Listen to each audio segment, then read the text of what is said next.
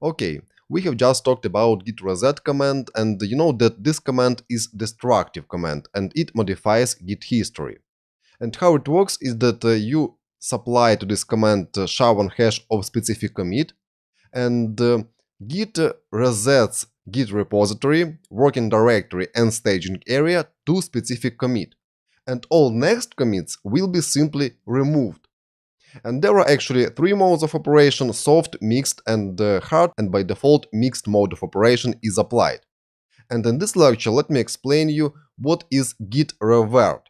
Git Revert, in opposite to Git Reset, is not destructive operation, and it doesn't modify Git history, and that's why it could be safely used on any public branches, like master, release, or dev, as in our case.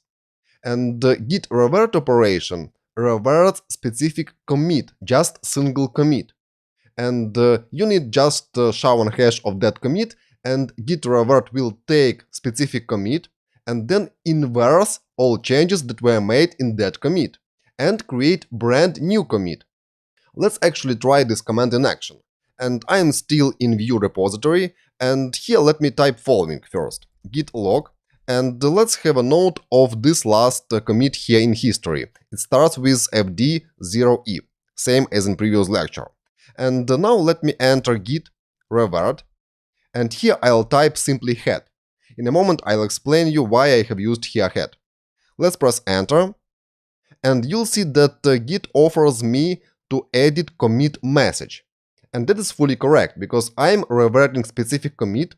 Git creates new commit with opposite changes to specific commit, and now I am able to adjust commit message. And you see that in this default commit message, Git will revert commit with this SHA-1 hash. And that's exactly the last commit in history. And that's what actually Git revert with head as argument does. Head now points to the last commit in history. That's why if you want to revert last commit, you don't need to get its SHA-1 hash, you need simply enter head as argument, nothing else. And here again you are able to modify this commit message. I am happy with this default message, that's why I'll type here :wq, because Git has opened this commit message in vim editor, and let's press enter, and now changes were committed.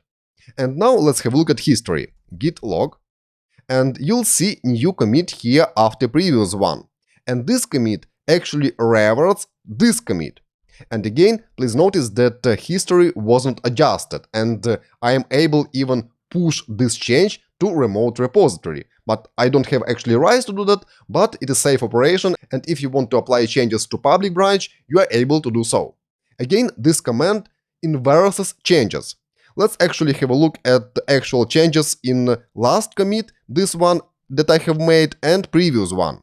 Let's close this output, and let's type here git log, and let's add option -p that will show us actual changes in every commit. Let's press enter, and if I'll scroll down, I'll see that in last commit, reverted commit, there was change in file bakers.md, and this section was removed. But if I'll scroll down to previous commit, this one, you'll see that in that commit this section was added. And that's what I have just told you. With git revert, Git simply takes all changes in specific commit and reverts them, inverses them. And that's how it actually works. This command is really useful when you have already pushed changes to remote repository in specific public branch, and some other people have already pulled those changes. And that's why, in this case, if you want to revert back changes, you don't have any other option except git revert. That's all in this lecture, and please note that git reset is destructive operation, and git revert is safe operation, and it doesn't modify history, but it adds additional commit. And another difference, with git revert, you revert only single commit. With git reset, you are able to reset multiple commits. And let me show you one more thing, actually last thing in this lecture. Let's have a look again at git log and find another commit, for example this one. And let's observe changes in this specific commit. Git show and paste this hash, like so, and I'll see that this section was removed and this section was removed as well. And let's now try to perform revert of this specific commit using its SHA-1 hash. Git revert and paste same SHA-1 hash. And now I see that I am not able to revert this specific commit due to conflicts. And if I'll enter git status now, you'll see that there are actually unmerged paths, and I need to resolve conflicts first, and after that continue a revert operation. Let's try to resolve conflicts, and let's do that in Visual Studio Code, for example. I'll open it directly from terminal here. And here, let's click on Git icon, and I see that there are conflicts actually in two files, bakers.md and readme.md. Let me scroll down and find the place where actual conflict has appeared. Here it is. Let me make it a bit smaller. And let's assume that I am happy with current changes, and in such case I'm able to click just on this button, accept current change, and save the file. Also, let's open up readme.md file and find conflict here. Here it is. And let's assume that I'm also happy here with current change. Let's accept current change, save the file, and now I am able to proceed with revert operation. Let's go back to terminal and type here git revert -- continue. Of course, before that I need to add changes to staging area, git add dot, and afterwards let's continue with revert operation. And Git offers us again to edit the commit message. I am happy with this one, and I'll type again :WQ. And the changes were committed. Let's have a look at history, and here is this reverted commit. And let me copy its SHA-1 hash and have a look at changes in that commit. Git show and paste this hash.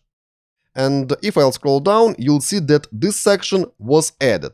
And in a commit that we have reverted, this section was actually removed. And again, it proves that git revert operation simply inverses changes in specific commit. Okay, you are also able to observe those changes in repository, for example, in GitHub desktop. Let's go there, and here let's open History tab, and the last two commits are commits made by myself. And here you see commit message for every commit, and this commit reverts commit with this SHA-1 hash, and this commit reverts commit with this SHA-1 hash. And actually, if I'll click on this one, you'll see that this section starting from tr and till this closing tr was added, and in this commit I have reverted this commit. And that's why in this commit you see that in bakers.md file this section was simply removed. Same applies to readme.md file. Here in reverted commit this section was removed, and in previous commit that we have actually reverted this section was added. And now if I combine this commit and reverted commit, it will lead to the fact that changes applied in those files, bakers.md and readme.md, were actually discarded. And now I am safely able to push to origin, because again, this operation is not destructive. Okay, that's all for this lecture, and in the next one, let me explain you what is amend option while working with commits. See you next. Bye bye.